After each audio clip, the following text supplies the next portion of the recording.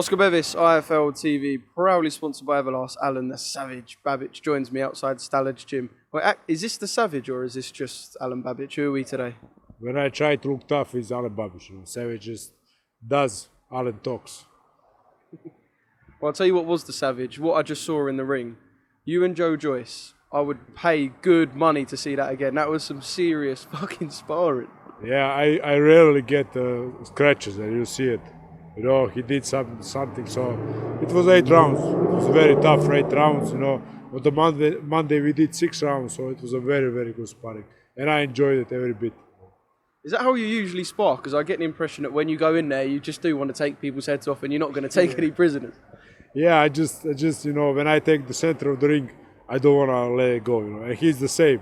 So when you meet a guy like that, when I meet a guy like that, it's fucking Oblivion, you know. It's beautiful. It's Carnage. It's a pure Carnage, and I love every single bit of it, you know. And I know I'm not normal. I'm not trying to say I'm normal. I'm not, you know, but I love it. Beautiful brutality. That's what we'll call it. Can you see why you would have been brought in for sparring for Joe? I mean, stature-wise and the relentless pressure that Takam brings, I would say you're more relentless than Takam. But yeah, can you see why you are pretty much the ideal sparring partner for Joe? Well, of course, listen, everybody in the world know I'm a tough sparring, you know. I keep talking, sparring is the way I got into the boxing, you know. I sparred Dillian Whyte when I was 86 kilos. So everybody knows, everybody who needs good work calls me, you know. And I know if somebody calls the Savage, they're for real, you know. So I know what to expect.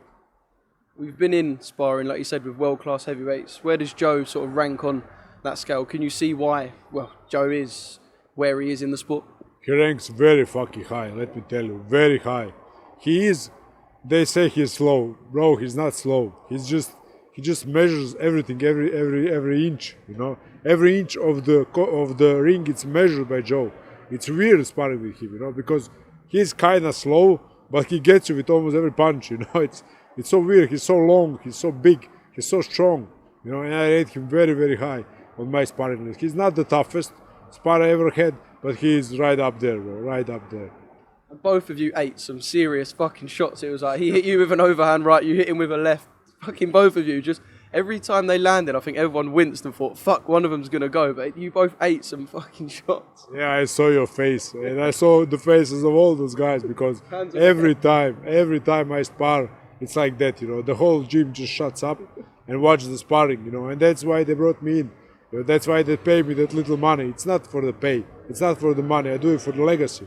No, now I have Joyce under my belt. I have 14 rounds with Joyce. So that's a big thing for me, you know.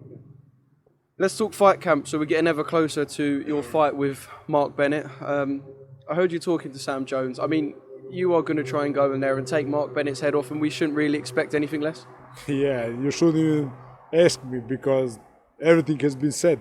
He's been said. He knows how to beat the Savage. That's the most stupidest thing I ever heard because the last of my 5 opponents were much better than Mark Bennett, you know, with 90% KO ratio, and they couldn't do shit. So I just don't see this guy doing. I don't even know who he is, but for real, I don't know how he looks like.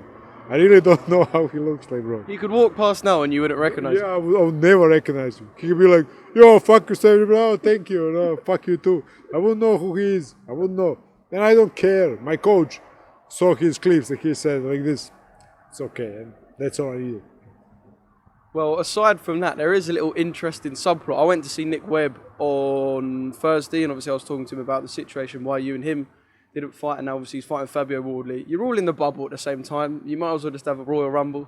Yeah, but Ebony Bridges is also in the bubble. You know? So why the fuck would I look at Nick Webb? You know, I'm not going to look at that guy. I don't care about that guy. I thought I offered him the fight for 2 years. Dillian Whyte offered him the fight. He called him on his personal phone and he wouldn't pick up. Now, fuck off. You know, don't even talk to me. I have other things to look at. You know. How does Webb and Wardley play out? I'll just ask you that.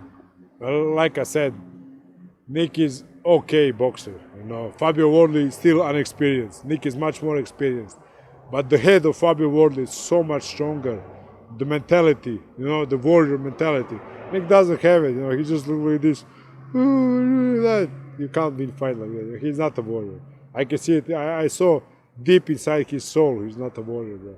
He's not like me. You know, that's why he didn't want to fight me.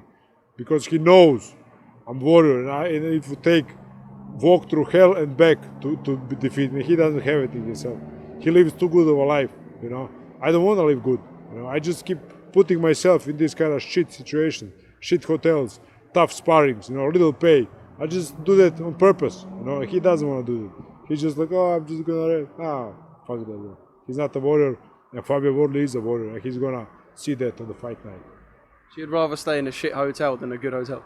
Yeah, I would. Why not? Why not? I just want clean bed sheets, you know, and clean pillows.